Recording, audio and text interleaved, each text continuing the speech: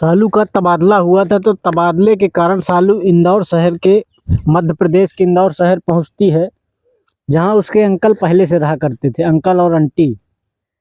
तो जब uncle aunty के पास पहुंचती है, तो अंकल आंटी बहुत खुश होते हैं और सालू को बड़े प्यार से अपने साथ रख लेते हैं। अंकल आंटी के दो बच्चे होते हैं छोटे छोटे, एक 10 साल का होता है, एक 12 साल का होता है। सालू से उन बच्चों की बहुत पटरी खाती थी, दोनों साथ खेलते थे, सालू को भी बहुत अच्छा लगता था। बड़ा फ्रेंडली व्यवहार था अंकल आंटी से सालू का।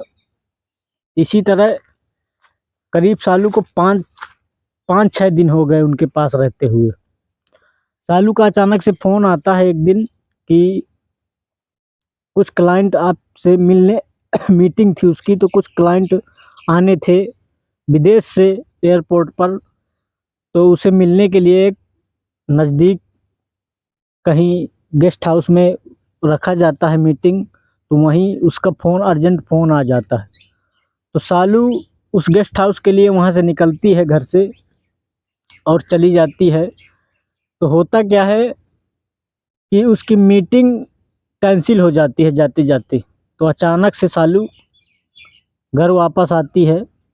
जब अंकल आंटी के कमरे वापस आती है, तो देखती है कि बाहर काफ़ी देर तक उसने बेल बजाया, लेकिन कोई दरवाज़ा नहीं खोल रहा था, ना सुन रहा था, कोई रिएक्शन नहीं अंदर से आ रहा था। उसने सोचा कि शायद बेल ख़राब हो, तो उसने थोड़ी देर बाद दरवाजे खटखटाने शुरू किए, लेकिन दरवाज़ा खटखटाती रही, काफ़ी देर तक खटखटाया उसने, लेकिन दरवाज़ा भी नहीं खुला।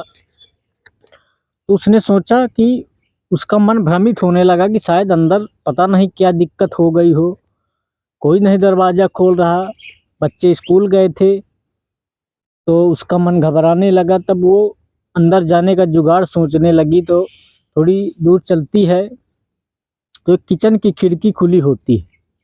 जब किचन की खिड़की खुली होती है, तो वो खुश हो जाती है कि चलो अच्छा है, किचन से अंदर जा सकती हूँ। इसी तरह से वो अंदर प्रवेश करती है, पहुँच जाती है, लेकिन अंदर उसको कोई नज़र नहीं आता। जी हाँ दोस्तों, मैं हूँ आरजे पटेल। अगर स्टोरी आप सबको पसंद आए तो लाइक करें, सब्सक्राइब करें, ताकि मेरा भी हौसला बना रहे। और मेरा इस स्टोरी से किसी को ठेस पहुंचाने का उद्देश्य नहीं है। तो ज़्यादा समय न लेते हुए आई चलते हैं स्टोरी की तरफ। तो जब आसपास के कमरों में देखती है कि कोई नहीं है, लेकिन अजीब सी आवाज़ें आ रही थी। उफ आह की आवाज़ें जब आती समझ में आई, तो उसने और ढूंढना शुरू किया कि शायद कोई तो है, ये आवाज़ें कहाँ से आ रही। तब सालू जो है लास्ट कमरे में जाती है, जो थोड़ा चल के था। जब वहाँ देखती है कि अंकल और आंटी दोनों नंगे बदन लेटे हुए हैं, और आंटी अंकल के ऊपर बैठकर पता नहीं क्या कर रही है। मतलब सालू समझ जाती है कि अंकल के साथ आंटी वो सब कर रही है। मतलब दोनों एक दूसरे को पेल रहे हैं, सेक्स कर रहे थे, दोनों पसीने से तर थे। उनमें इतना दोनों में जोश बना हुआ था उस टाइम। तब उसने सोचा कि शायद इसीलिए दरवाज़ा नहीं खुल रहा था। उसने इतना देखा, लेकिन ठीक से उसने ये नहीं देखा कि आखिर आंटी के नीचे है कौन। तुरंत वापस आ जाती है और उसको बड़ी गिल्टी महसूस होती है कि मैंने कहाँ से इनको ये सब करते हुए देख लिया। और वहाँ से वापस आके सोचने लगती है कि मुझे नहीं आना चाहिए था। बार बार उसके नज़रों के सामने वही दृश्य आ जाता। तो थोड़ी देर बाद उसने सोचा कि मैं अगर यहाँ से निकल जाऊँ तो ठीक रहेगा, अंकल आंटी को पता ना चले कि सालू आ गई थी, नहीं तो उन्हें बड़े गिल्टी महसूस होगा। तो उसी तरह जिस तरह वो अंदर किचन के खिड़की से घुसी थी, उसी खिड़की से वो बाहर निकल जाती है और सोचती है कि जाकर मैं किसी होटल में 1 घंटे काट लूँगी, उसके बाद आऊँगी घर।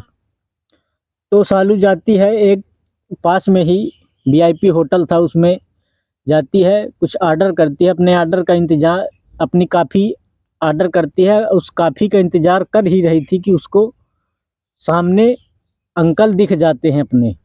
जब अंकल को देखकर वो दंग रह जाती है कि ये अंकल तो यहाँ टहल रहे हैं, आखिर घर में कौन था, तो वो सीरियल करने के लिए अंकल के पास जाती है और अंकल से नमस्ते करती है। तो अंकल भी जो है सोचते हैं बेटा तुमको तो मीटिंग में जाना था। तो अंकल से कहती है कि नहीं अंकल जी, मेरी मीटिंग कैंसिल हो गई है और मैं वापस आ गई हूँ। तो तुम यहाँ क्या कर रही हो? अंकल बोलते हैं तुमको सीधे घर जाना चाहिए था। तो सालू कहती है अंकल जी आप तो घर में थे ना, आप कहाँ गए थे? तो अंकल बोले कि बेटा मैं तो सुबह से एक मेरी भी मीटिंग थी कुछ क्लाइंटों के साथ, तो मैं तो सुबह से घर निकल आया था चाय नाश्ता करके, और मैं तो सुबह से घर ही नहीं गया। तो अंकल कहते हैं अच्छा हो क्या गया, तुम बताओ क्या बात। तो सालू कहती है नहीं अंकल जी कोई बात नहीं है, बस मैं ऐसे पूछ रही थी। थोड़ी देर बाद अंकल भी अपने काम के लिए चले जाते हैं और सालू से कहते हैं कि बेटा तुम घर जाओ। तो सालू कहती है जी अंकल जी मैं जा रही हूँ घर, और बस वहाँ से एक टेम्पो पकड़कर फिर से घर वापस आ जाती है। तो जैसे ही इस बार घर वापस आती है वो बेल बजाती है, तो तुरंत दरवाज़ा खुल जाता है। जब दरवाज़ा खुल जाता है तो सालू अंदर प्रवेश करती है। अभी बच्चे नहीं आए थे। आंटी बड़े अच्छे भाव से सालू से बात करती है और सालू कहती है आंटी अंकल जी घर पर नहीं है। तो आंटी कहती है सालू बेटा घर अंकल जी तो अपनी ड्यूटी में रहते हैं, उनका घर में दिन में घर में कभी रुकना होता ही नहीं है। कोई सवाल ही नहीं पैदा होता कि वो दिन में घर आ जाएं, कभी कभार आ जाएं तो आ जाएं, वरना अंकल जी तो सारा दिन बाहर अपने काम में व्यस्त रहते हैं। तब वो सालू के माइंड में और गूंजने लगा कि आखिर जो आंटी के नीचे वो आदमी था, तो आखिर वो आदमी था कौन। जब उस आदमी के बारे में सालू वो दृश्य बार बार उसकी नज़रों में खटकता, अब सालू मन बना चुकी थी कि क्यों न मैं इसका पूरा निचोड़ निकाल कर रहूंगी। अब सालू कुछ दिनों के लिए वहाँ रुक जाती है आंटी अंकल के घर पे, रुक कर पता लगाने की सोचती है। तो अक्सर रात में जब अंकल सो जाया करते थे तो सालू के फ़ोन पर फ़ोन आया आंटी के फ़ोन पर एक रात में फ़ोन आया करता था जिससे आंटी बात किया करती थी। जब उसने रात में देखा कि आंटी अंकल के बेडरूम से निकलकर ऊपर छत में जाकर किसी से बात करती हैं, तब उसको क्लियर हो जाता है कि शायद वो अंकल नहीं थे, कोई और था। क्योंकि सालू को लग रहा था कि शायद आंटी मुझसे छुपा रही हो, लेकिन अब क्लियर हो चुका था कि वो शायद अंकल नहीं थे, कोई और था जिससे आंटी हर रोज़ बातें किया करती थी। अब करीब एक हफ्ता इसी तरह बीत जाता है। एक दिन फिर से कोई काम निकल आता है सालू का। तो सालू घर से निकलती है और जिस गेस्ट हाउस में उसका काम होता है तो वहाँ काफ़ी भीड़ होती है। तमाम बाहरी लोग गेस्ट हाउसों में रुका करते हैं। तब वहाँ जब पहुँचती है, पहुँचने के बाद वो अपनी मीटिंग वाले रूम से बाथरूम जाने के लिए निकलती है, तब देखती है कि रिसेप्शन में एक औरत खड़ी है जो उसकी आंटी थी। जब आंटी को सालू देखती है रिसेप्शन में, तब भौचक्का रह जाती है, सोचती है कि आंटी यहाँ। तो सालू तुरंत अपनी मीटिंग छोड़ती है और अपनी आंटी का पीछा करने लगती है। तो लिफ्ट से ना जाकर आंटी सीढ़ियों से जाती है सेकंड फ्लोर में। सेकंड फ्लोर में जाती है और एक रूम में प्रवेश कर जाती है। थोड़ी देर वहाँ रहने के बाद, करीब 1 घंटा रहने के बाद, अब सालू वहीं इंतज़ार करती रहती कि आखिर आंटी किससे मिलने जा रही थी। लेकिन थोड़ी देर इंतज़ार करने के बाद वहाँ से आंटी निकलती है, उसके पीछे एक अजनबी आदमी भी निकलता है जिसको सालू ने कभी नहीं देखा था। उनके जाने के बाद वहाँ से तुरंत निकलने के बाद तुरंत बाहर निकलते हैं और बाहर निकलकर टेम्पो पकड़ते हैं दोनों अलग अलग।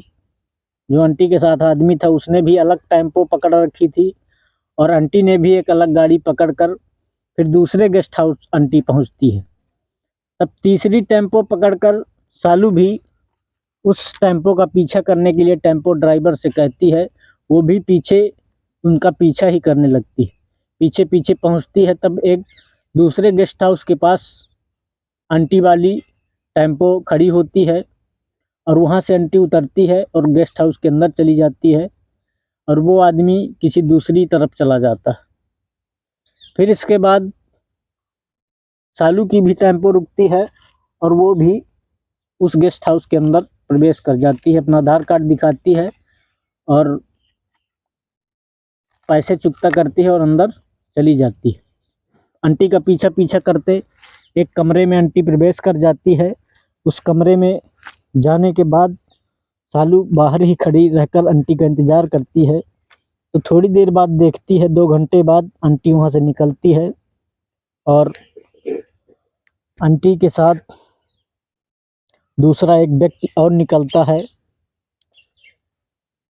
जिसको जिसको जिस जो व्यक्ति निकलता है उसको भी आज सालू नहीं पहचानती थी। जब ना ही कभी उसने उसको देखा था, ना उसके उनके वो रिलेशन का था, क्योंकि उनके परिवार की ही लड़की होती है सालू।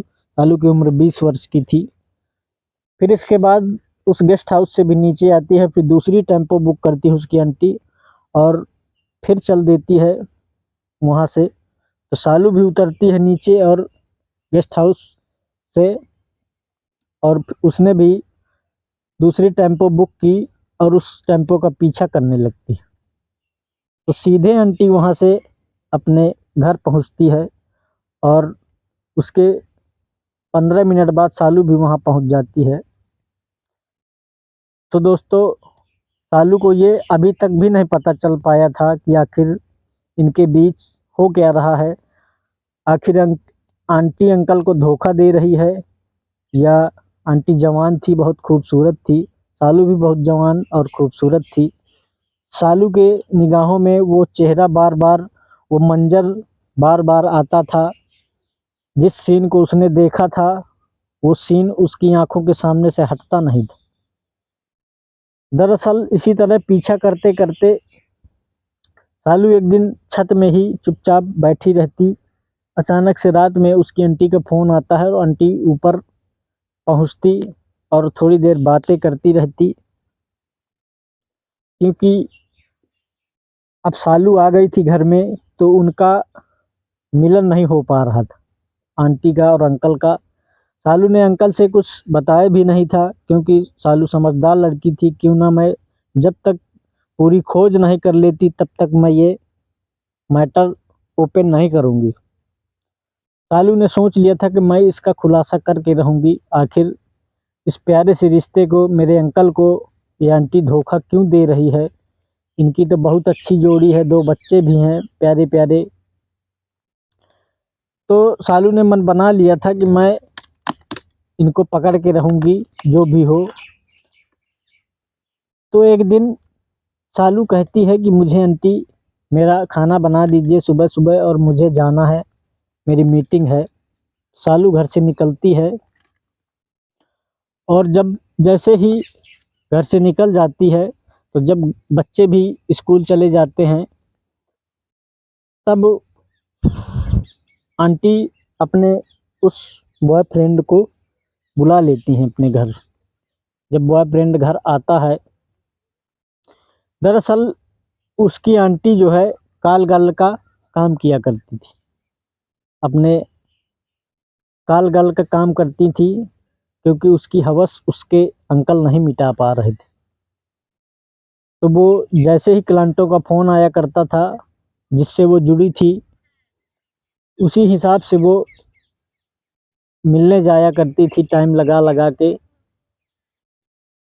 तो इसी तरह आज फिर उसने अपने जिसके ज़रिए वो जाया करती थी उसको फ़ोन लगाया और बोला कि आज मैं फुर्सत हूँ, अगर कोई कस्टमर हो तो बताइएगा।